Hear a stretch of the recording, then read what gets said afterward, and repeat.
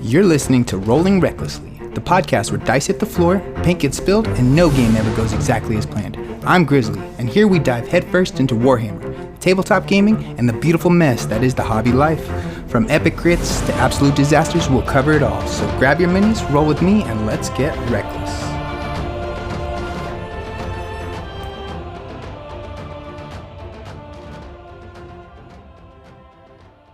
Welcome back to Rolling Recklessly, the podcast where we dive into the world of Warhammer, tabletop gaming, and all things hobby. I'm your host Robert, aka Grizzly, and today's episode is all about something that every Warhammer player faces sooner or later: how to choose your army. Whether you're brand new to Age of Sigmar or you're looking to start a second or maybe even third faction, this episode will walk you through the key things that I think about whenever I'm picking an army, from the rule of cool to accessibility, playstyle, lore, and some extra considerations that might not seem exciting but can save you a lot of headache down the road. The first thing I always look at when I'm starting an army is what I call the rule of cool. This one's pretty simple. Pick something that makes you stop and go, wow, that's awesome. I need that on my table. Because let's be honest, this hobby is a commitment. You're going to spend hours clipping sprues, gluing pieces, and painting details, and finally rolling the dice with these models. If you don't love how they look, you're going to burn out before you can even finish your first unit. For me, the rule of cool led me straight to the Sylvaneth. Back when me and my girlfriend were still new to the hobby, a game store employee at Funkatronics told us to go home and research all the different factions. So I did, and that's when I first saw the Sylvaneth. The models that immediately grabbed me was Alariel the Everqueen. Seeing this goddess of life perched on her massive beetle, looking both elegant and terrifying, hooked me instantly. She looked like something out of myth. I knew right then that if I was going to play Age of Sigmar, it had to be Sylvaneth. From there, the rest of the army just clicked with me. Ancient living trees walking to war, guardians of the natural world, they were unlike anything I'd seen before. And it wasn't just the models, their philosophy resonated with me too. Protectors of Ghyran, striking back against the corruption. Nature is both healer and avenger. That's what makes the rule of cool so powerful. Maybe for you it's the Stormcast or Nurgle or the Gloomspite Gits. Whatever it is, that gut reaction is worth trusting. Because when you're 10 hours into painting bark or armor plates, the things like that will keep you going isn't efficiency or cost. It's the love of the models you choose. So don't stress about picking the best army. Pick the one that excites you.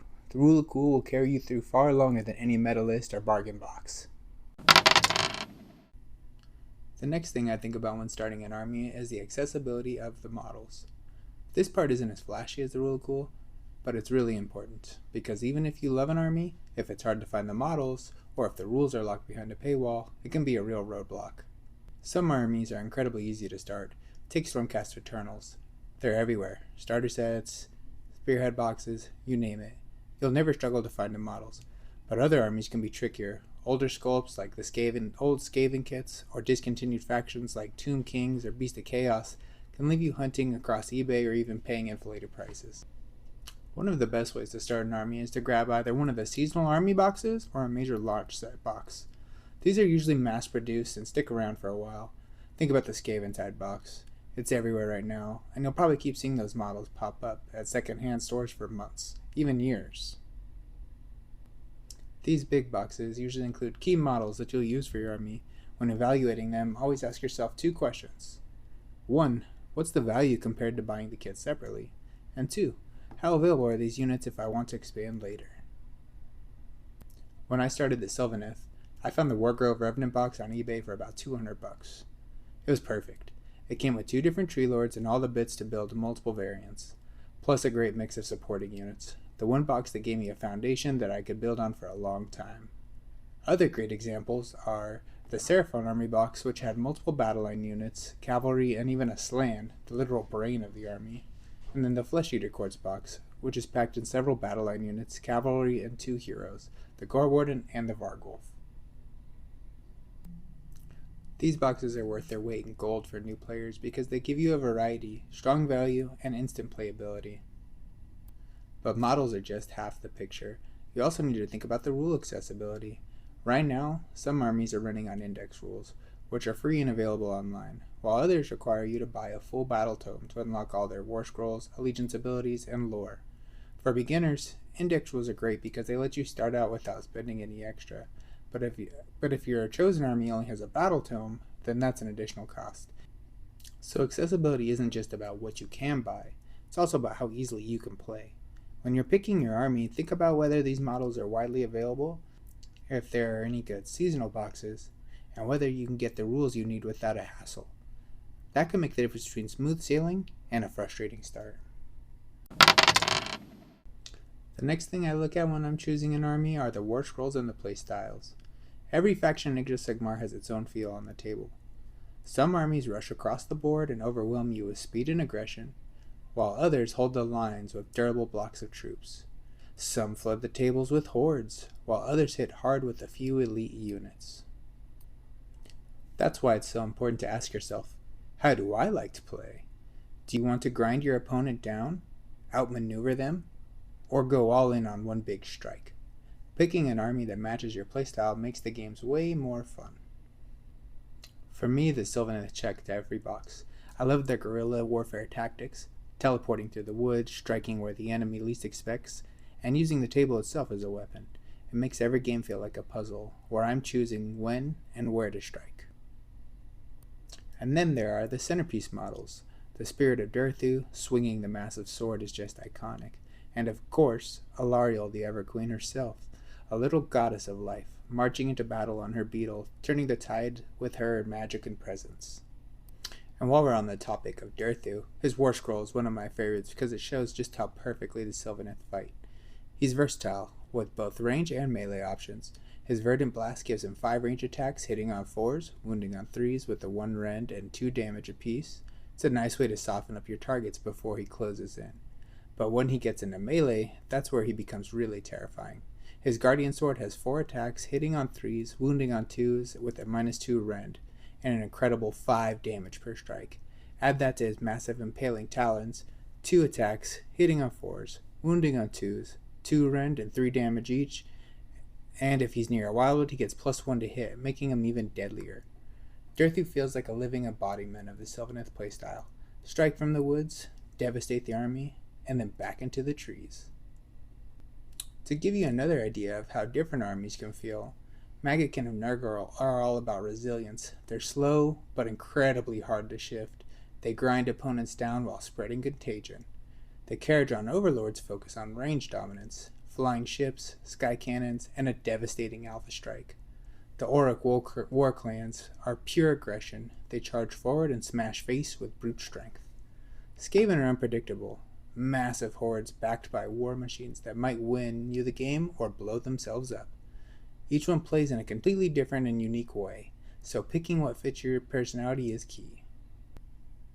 If you're not sure what playstyle you'll enjoy, don't be afraid to test things out. Watch battle reports, use tools like the Warscroll Builder to the Theory Craft list, or even try proxying models before you commit. One of the best ways to dip your toes in right now is with Spearhead. It's a smaller scale format that uses different war scrolls, but the armies still feel like themselves. Spearhead captures the essence of how an army plays in a full Age of Sigmar 4th edition game, so if you enjoy an army of Spearhead, chances are you'll like them at the full size too. It's a low stakes way to see if an army feels right for you before diving straight into a 2,000 point game. So when you're picking your army, don't just stop and see how they look, think about how they play. Test things out if you can, because even if your army's playstyle feels like a natural extension of you, that's when the game really shines. And I'll say this from experience, nothing feels worse than spending weeks building and painting an army, only to realize how much you hate it plays on the table. Do yourself a favor and test before you invest. The next thing I like to consider after looking at an army's playstyle is their lore and identity of the army. Because while models and rules are important, the story behind them can make a huge difference in how connected you feel to your collection. One thing I love about Age of Sigmar is that armies aren't just stats on a page.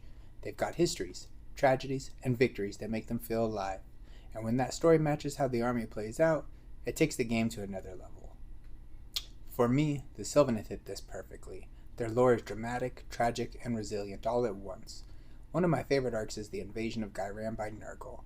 Alarielle was dragged into despair, captured by Nurgle's forces. The Lady of Vines carried her sea pod and escaped from Torglug the Despised, keeping the spark of hope alive. Eventually, Alarielle was reborn into her war aspect, no longer just the goddess of life and renewal, but also vengeance. On the table, that matches how Sylvaneth play. Guardians who disappear and strike, grow back even stronger. I also love diving into other armies' lores and stories. The Seraphon are incredible, not just because of their dinosaur-riding warriors, but because of their cosmic purpose. They're servants of the Old Ones, waging war in perfect celestial order. And then you've got Lord Croak, who literally died back in the world that was, but continued to fight across the ages through sheer willpower. That mythic, eternal fight is one of the coolest parts of their lore. And then there's the Kharadron Overlords. Normally I'm not a dwarf guy, but the Kharadron are different. They built a whole society in the skies, driven by strict codes, capitalism, and profit. What really hooked me was their disdain for their gods. They feel abandoned, so they decided that they don't need them. Their ships, their ingenuity, and their rules are enough. That kind of self-reliance really feels unique in a world full of divine beings. And lore isn't just for background reading. It can shape how you actually play. That's something me and my girlfriend Casey really enjoy. She plays Nurgle and I play Sylvaneth. And because those armies are natural rivals in the lore, it adds that extra layer of storytelling to our games. It's not just about winning or losing, it's about carrying on that struggle from the mortal realms. So if you're like us, and you want your games to have a strong, narrative feel, lore can even help you choose your army. Picking factions that clash or connect in storyline makes the tabletop battles much more cinematic and memorable. And that's what I love about Age of Sigmar. Every army has a story, and when you find the ones that resonate with you, it's not just about rolling dice. It's about continuing the saga. For me, Sylvaneth are both my passion on the table and in the lore, but I love that every faction has that depth, whether it's Nurgle's cheerful corruption, Seraphon's cosmic war, or the Kharadron's skyborn capitalism. So when you're picking your army, don't just ask how they play, ask yourself if their story speaks to you. Because when the lore and the playstyle line up, that's when every battle feels like it's part of something that's much bigger. The last thing I think about when starting an army are the extra considerations. These aren't flashy as models, rules, or lore, but they make a big difference once you're deep into the hobby. Here are a few things that I always keep in mind. Not every army hits your wallet the same way. Armies with strong spearheads or start collecting boxes are much easier to jump into without breaking the bank. Others, especially if they lean heavily on big centerpiece models, can get expensive quickly. For example, Stormcast and Skaven are everywhere. It's easy to find bundles or deals. A counterexample of this would be the Soulblight Gravelords. They're awesome, but if you want to build a big horde of skeletons or zombies, you'll be buying and painting a lot of models. My Sylvaneth start was a budget-friendly, and thanks to the Wargrown Revenant box that I got for about $200, I had a variety and value, which made the entry cost manageable. Painting style is another huge factor to consider. Every army paints differently. Stormcast, lots of armor, great for metallics and batch painting. Nurgle, messy, organic textures, great if you like experimenting, but time-consuming. Skaven, tons of models, so you need patience for big hordes. Sylvaneth can be challenging. Bark textures, leaves, and lots of details, but they let me get creative. I love doing seasonal themes like autumn or winter trees, which keep things fun. Look at your local game scene. If everyone's playing the same army, maybe you want something different to stand out. Or maybe you want to pick a popular one so that you'll always find an opponent. Around me, not many people run Sylvaneth, so I get to be the tree guy in my community, which kind of makes my army feel special. Check if your army is running free on Index, or if you need a battle tome. Index rules are easy and free to grab to get you started, while battle tomes usually mean deeper lore and allegiance abilities, but they cost extra and sometimes go out of stock. Also think long term. Armies tied to major characters like Alarielle for the Sylvaneth are usually safe bets for future updates. I also want to mention that sometimes you'll find armies that check almost every box but fall short in some of the extras. For me, that was the Lumineth Realm Lords and the Identity Thiefkin. Their lore is incredible, the models are some of the best Games Workshop has ever made. Lumineth even have Teclis, one of the god tier centerpieces. Identity Thief's aesthetic and storyline really is just amazing. But here's the problem. Both armies are challenging when it comes to availability and painting. Kits aren't always easy to find, and painting them takes a lot of time, patience, and skill. For me, that tipped the scale. As much as I love the lore and the sculpts, I knew I'd get frustrated trying to paint and even find the models. That's why I passed on them, at least for now. So, these extras, budget, painting, community, support, and availability, might not seem exciting, but they're what keeps you from burning out. Ask yourself, can I afford to span this army over time? Will I enjoy painting it over and over and over again? Will I find people to play against? Will this army still be supported in future editions? And sometimes it means walking away from an army you love and the lore because the reality of collecting and painting it doesn't fit your situation. And that's okay. You want an army that inspires you, and one that you can realistically enjoy. Alright, before we wrap up today's episode, I want to share something special. To celebrate the launch of Rolling Recklessly, and I want to give back to the community, I'm running a giveaway. I'll be giving away one box of Nurglings, one of the most iconic and fun kits in the Maggot of Nurgle army. And there's a reason I picked the Nurglings. They're not just goofy and full of character, they tie back into my very own Warhammer journey as well. When me and my girlfriend Casey first got into the hobby, she chose Nurgle while I chose the Sylvaneth. Those two armies have been part of our story from the beginning, so it felt right to give away a piece of them.